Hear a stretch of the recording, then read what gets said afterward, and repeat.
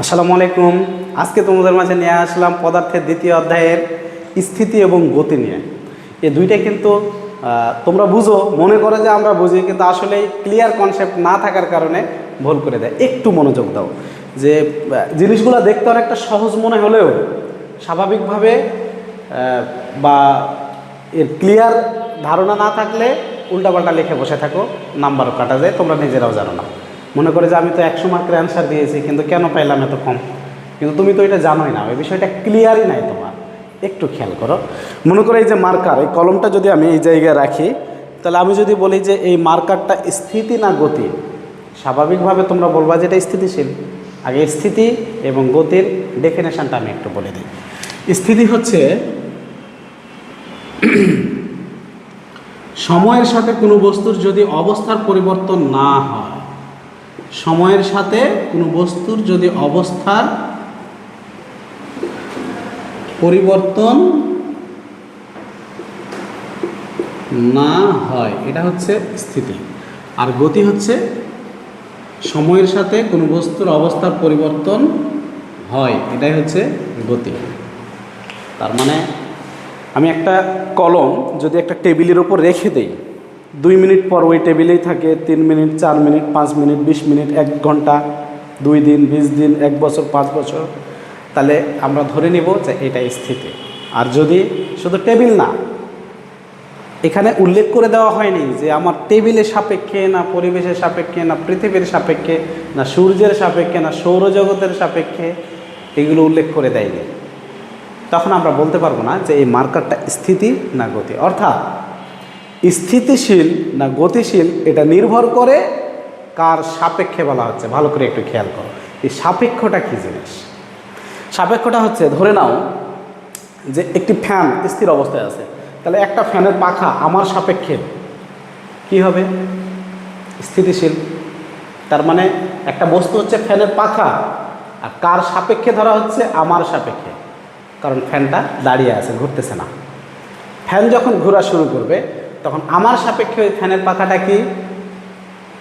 গতিশীল। কিন্তু ফ্যানের একটা পাখা আরেকটা পাখার সাপেক্ষে তখন হয়ে যাবে স্থিতিশীল। খেয়াল করো, এটা মনে করো যে একটি ফ্যান, এই ফ্যানের যদি 3টা পাখা থাকে 3 দিকে, তাহলে ফ্যান যখন ঘোরা শুরু করবে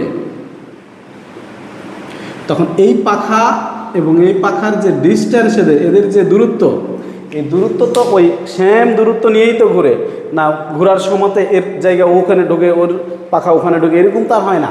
ওই এই যতটুকু ঘুরছে এই ততটুকু ঘুরছে। এদের যে দূরত্ব, এদের সময় যাচ্ছে, কিন্তু এদের দূরত্বের অবস্থানের কোনো পার্থক্য বা পরিবর্তন হচ্ছে না। তাহলে ধরে নিব একটা পাখা আরেকটা পাখার সাপেক্ষে স্থিতিশীল। যদিও এই পাখাটা এই ব্যক্তি যেখানে থাকবে এর সাপেক্ষে অবশ্যই গতিশীল, ঘুরতেছে। তার মানে একই বস্তু কখনো কারো সাপেক্ষে স্থিতিশীল হয়ে আছে, কখনো কারো সাপেক্ষে গতিশীল হয়ে আছে। ঠিক তেমনই এই মার্কারটা যে আমি টেবিলের ওপর রেখেছিলাম, এটা স্থিতিশীল না গতিশীল আমরা ক্লিয়ারভাবে বা সম্পূর্ণ পরমভাবে বলতে পারবো না, কারণ কোনো বস্তুই পরমভাবে স্থিতিশীলও নয় গতিশীলও নয়। এই গতিশীল স্থিতিশীল জানার জন্য অবশ্যই সেইটা লাগবে যেটা কার সাপেক্ষে। যেমন এই কলম আমি যদি বলি টেবিলের ওপর আছে, এটি গতিশীল 100% হবে। যদি বলি স্থিতিশীল, এটাও 100% হবে। এটা ব্যাখ্যা দিতে হবে কিভাবে, কারণ এই পরিবেশের সাপেক্ষে টেবিল তার দৌড়াদৌড়ি করছে না, এই কারণে পরিবেশের সাপেক্ষে হচ্ছে এই কলমটি স্থিতিশীল। কিন্তু পৃথিবী ঘুরতেছে, আমরা জানি যে সূর্যের চতুর্দিকে পৃথিবী ঘুরে, তাহলে সূর্য কি টেবিল নিয়ে ঘুরছে না টেবিলকে রেখে দিয়ে ঘুরছে? টেবিল নিয়ে, টেবিলের থাকা সকল পার্টিকেলগুলো, এমনকি কলম নিয়েও সে পৃথিবীটাই ঘুরতেছে, কিন্তু সূর্যের সাপেক্ষে পৃথিবী গতিশীল, তাহলে সূর্যের সাপেক্ষে কলমটা কী হবে? গতিশীল। এটার একটা উদাহরণ দিই আমি। মনে করো এটা একটা মাইক্রো বাস, এই বাসের মধ্যে অনেকগুলো যাত্রী বসে আছে, এইভাবে অনেকগুলো যাত্রী বসে আছে। তো এই বাস যাচ্ছে কোনো একটা ট্যুরে, তো এদের বাবা মারা এখানে এদের রাখতে এসছে। বাস যখন স্থির, তখন এই ব্যক্তিগুলা বাবা মার সাপেক্ষে স্থিতিশীল। বাস যখন চলতে শুরু করবে, ফুল স্পিডে চলতে শুরু করছে, 200 মিটার পার সেকেন্ড বেগে যখন বাস চলা শুরু করবে, তখন বাস এদের সাপেক্ষে গতিশীল হয়ে যাবে, এটাই স্বাভাবিক। কিন্তু বাসের এই যাত্রীগুলা যদি দৌড়াদৌড়ি না করে, তাহলে একজন আরেকজনের সাপেক্ষে কি? স্থিতিশীল। তার মানে বাস যেমন এই যাত্রীগুলা নিয়ে যাচ্ছে, এই ব্যক্তির সাথে বাস যেমন গতিশীল, এই ব্যক্তির সাথে ব্যক্তিগুলো তেমনই গতিশীল। ঠিক তেমন পৃথিবী এই একটা বাসের মতো, একটা যানবাহনের মতো পৃথিবী ঘুরতেছে পৃথিবীর সকল উপাদান নিয়ে, তার মানে আমরাও ঘুরতেছি। তাহলে সূর্যের সাপেক্ষে পৃথিবী যখন ঘুরবে, আমরা সূর্যের সাপেক্ষে ঘুরতেছি। তোমাদের বাসার সামনে যে তাল গাছটা আছে ওইটাও কিন্তু ঘুরতেছে। তাহলে যদি এই ধরনের প্রশ্ন আসে যে একটি তাল গাছ স্থিতিশীল না গতিশীল, স্থিতিশীলটাও ব্যাখ্যা করো, গতিশীলটাও ব্যাখ্যা করো, পারা যাবে না? এখন স্থিতিশীল কার সাপেক্ষে? পরিবেশের সাপেক্ষে। গতিশীল কার সাপেক্ষে? সূর্যের সাপেক্ষে। অনেক সময় আমরা মনে হয় যখন ট্রেন জার্নি করি, নিচের দিকে মাথা করে থাকতে থাকতে আমরা অনেক সময় যখন খেয়াল ছাড়া হয়ে যায় যে ট্রেনটা মনে হয় স্থির বা আমি স্থির অবস্থায় আছি, অথচ ট্রেন কিন্তু স্থির নয়, ট্রেন গতিশীল।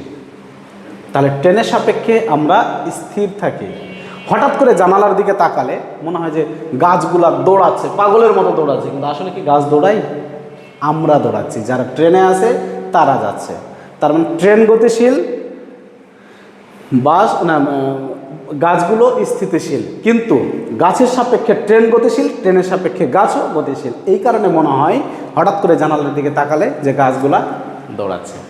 আরেকটা জিনিস তোমাদের খেয়াল করি যে এইটা একটা ট্রেন, এই ট্রেনের জানালায় এক ব্যক্তি আছে, এটা আরও একটা ট্রেন, পাশাপাশি রাস্তা, এদের ডিস্টেন্স খুব বেশি না, এখানে আরও একটা ব্যক্তি আছে, মাঝখানে একটা দেওয়াল, দেওয়াল পার যখন হবে ট্রেন দুইটারই গতি হচ্ছে 200 মিটার পার সেকেন্ড।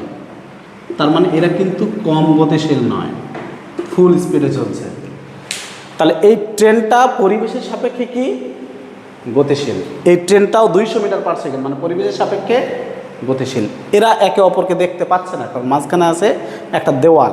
কিন্তু দেওয়াল যখন পার হয়ে যাবে, এই জায়গায় যখন চলে যাবে এরা, দেওয়ালটি পার হওয়ার সাথে সাথে যদি এরা একে দেখতে পাবে এবং দেখা গেল যে এই একে চেনে, একে অপরকে এরা চেনে, তো ট্রেনের গতি যদি দুইটায় সমান হয় তাহলে এরা দুইজন গল্প করতে করতে যেতে পারবে না।